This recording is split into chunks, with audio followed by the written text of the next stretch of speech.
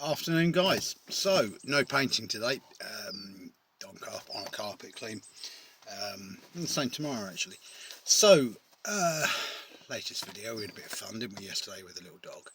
Um, Today, after my video about situational awareness, I thought I'd talk about preparedness. And no, this isn't a funky prepper style, be a prepper. This is more just being prepared as self-employed for a few things, especially when you're working alone and even with somebody else with you.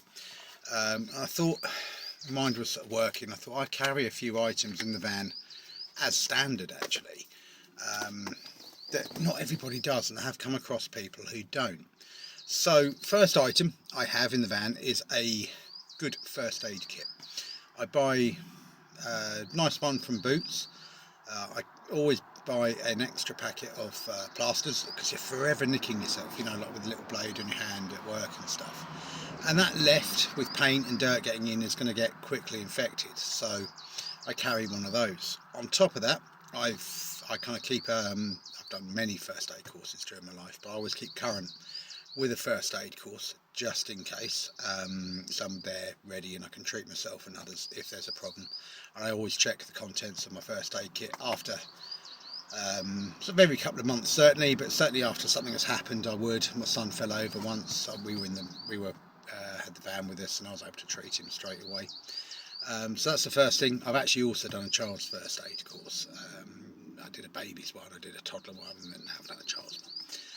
So I kind of keep fairly up. It doesn't cost a lot. Normally you can actually get it for free from a lot of places. So that's the first item I always carry. It's in the back of the van. It's sort of in a zipped bag, so it's all sort of clean when you open it up and everything like that. And I've got gloves obviously to wear should I need. Second item I always carry, and it is a must, is spare socks. We could get our feet wet at any point. You could walk through a puddle, something could happen. A spare pair of socks, and I have a box in the van, waterproof, and I've added to that some overalls because I've been soaked through before, either on a job or from getting caught in the rain or something. I've got a pair of overalls, just something clean to stick on if there's a problem, and a pair of socks. Nice and simple. I also carry a towel, a little hand towel in the back, just in case. You can dry your hair off, you can dry yourself off, you can dry your feet if they're wet before you put your new socks on. So the next item I always carry, I always make sure I've got, this is any vehicle, I check I can change the tyre. I check I've got enough equipment and a spare tyre to change it, and I check I can get myself out of problems. Moving on, I then always carry a few tools wherever I am, just in case. And then also, on top of that, and this is going back from years of experience, so I've had wet feet. I've had to drive home 2 hours with wet feet before. I've had to drive home in wet clothing. It's horrible. So when something happens, you prepare for it so it doesn't happen again. And I have actually used those spare socks a few times over the years. And I'll just carry some old, I think I've got some old, I think they're DeWalt ones now. So I also carry food and water. So what I do, again, 2 years ago, year and a half ago, we had major floods in my area. People were getting trapped. Tradesmen were trapped on high ground, couldn't get home through the floods, spending their night in the van and all of that. So I actually have been trapped on a job through snow, and trust me, it was a very uncomfortable night because you couldn't drive in the dark in the snow. It was just a nightmare. So I had to wait till morning before I could drive home, and I was in an empty house at the time. No one living in it, no furniture. It was pretty dire, to be honest. So I carry a sleeping bag, again in a waterproof bag, in the back of the van. I've actually used it twice. I've actually, on one occasion, had to spend the night in the van when I got trapped. I then carry, well, I'm a member of the AA, so I always have my AA card with me, and I always keep that current. That's deductible on your tax, so again, something you should be doing. You don't have to, but these things, and they will add up a little bit, but the basic kit, first aid and stuff, won't. Having been trapped overnight on jobs and stuff, I now carry 2 litres of water just under my little passenger seat in a plastic bottle. I get it from the co-op or wherever, and I kind of make a note in my diary when it's going to run out of date, so I change it over. And then for food, I kind of did a bit of research, had a look round, and went for something called X rations, and they're styled on like the army stuff, the military. but this isn't prepping. But I had a look. There's someone I think called MRE Empire who did it. So what I did was I had a look at what was tasty, what wasn't, and bought a 24-hour ration pack. And then there you've got your breakfast, you've got your lunch, you've got your dinner, you've got snacks, you've got sachets of tea, coffee, whitener, sugar, all of that. I then carry a little stove so I can kind of boil some water, and in with that X ration pack you get a flameless heat. You pour water in and it heats it up, and I kind of, again, I make a note of the dates, and they're brilliant. You've got oat flapjacks in there, you've got chocolate in there, you've got all sorts. They're actually nice, but have it under the seat. And then it's there, isn't it? You're there, you're ready. If something happens, again, like with that, one day I broke down, and I broke down on the main road in a lay-by, miles from food, and it was in the evening, so I'd had most of my lunch. I probably had a couple of bits of fruit, not a lot else.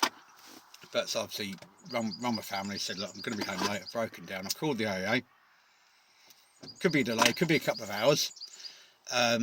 Okay, no problem. And they immediately, they know I've got my emergency kits with me. I'm not going to be uncomfortable. I'm not going hungry. I'm not going thirsty. I've got food, drink, and something to keep me warm. And that was it, really. Now with that, some of you know, if you watch my videos, you'll know I've got a nice Johnston's power pack, and they're actually quite good. But I always carry a spare power pack for my phone. So if it starts running that battery, I've got a couple of charges left, so I could probably actually get through a couple of days with a power pack. But again, essential item, because you don't want to be out of contact with home or whatever. Now I've broken down in the countryside with no phone signal. Now would you believe it, there are still phone boxes out there. Now the AA is free to call, it's an 0800 number, so it's fine. But people don't answer their door, and they're certainly not going to let you use their phone if you knock on the door. It just doesn't happen. However, phone box, free phone number, and there's usually a phone box somewhere. You can normally find one somewhere. However, also if you find that phone box, you're going to need to ring your family or somebody else. So always carry just a couple of pounds in change. Always worth it. Wouldn't recommend carrying it in the car, but put it in your lunch bag in a little, little sort of coin bag or something like that, and it's there, isn't it, at the bottom, just in case. You never ever know. And that's kind of really the most of the items I actually carry. So sleeping bag, first aid kit, power bank, food, water. That's it. You're there. Little stove. I think they're called hexi burners or something. They're like they're like fire lighters, and you put it in, and there's a little sort of metal thing that comes up and it makes a flame, and you can boil a thingy. So I've actually got a little metal cup to heat it up in, and it's brilliant. It works. It's good, and it's there. Do you know what I mean? And you're there. The other things, talking about just being prepared. So again, we do get occasional problems with fuel, don't we? People go out and they all fill up their tanks at once, and just the fuel runs out. I've known it about 3 times, I think, during my work career, and none of those times have I ever got caught out, because I saw it coming. I think 2001 was it? There was one. I saw it coming. I was like, it was a Sunday night, protesters outside. I was like, right, go and fill up our vehicles and our jerry cans. Everyone thought I was a nutter. Sunday night, man. No, let's do it. We did it. Come 24 hours later, there's queues like you wouldn't believe outside the petrol pumps, and all the fuel had gone. So everyone's struggling to get to work. So what I do, you should never let your fuel run to under half a tank. I'm just going to pause you for a second. Sorry about that. So there was a screaming child walking past the van. I thought, you don't really want to hear that. So anyway, you keep your kit, you're good. You keep all of those items, you're absolutely fine. So with fuel, everyone thought I was crazy, it ran out. So I always say, with fuel, never let your tank go under half. When it gets to half, just automatically go and fill up with fuel. That will get you through a couple of days, depending where you're working. Now, if you've got I wouldn't recommend storing petrol, to be honest. It's too explosive. But diesel I do. And what you can do, I've got a jerry can, so kind of keep that filled up, and that will give me another half a tank. So if at any one point, if today, so pretend I've come home from home, about half a tank, petrol crisis starts, no more petrol, I've got another half a tank, that gives me a full tank. And if you're on a job, you can finish off what you're doing, and then you can start to plan ahead for the lack of fuel or whatever, and that will give you, hopefully you're not getting through a tank a week, but if you are, that will give you a week.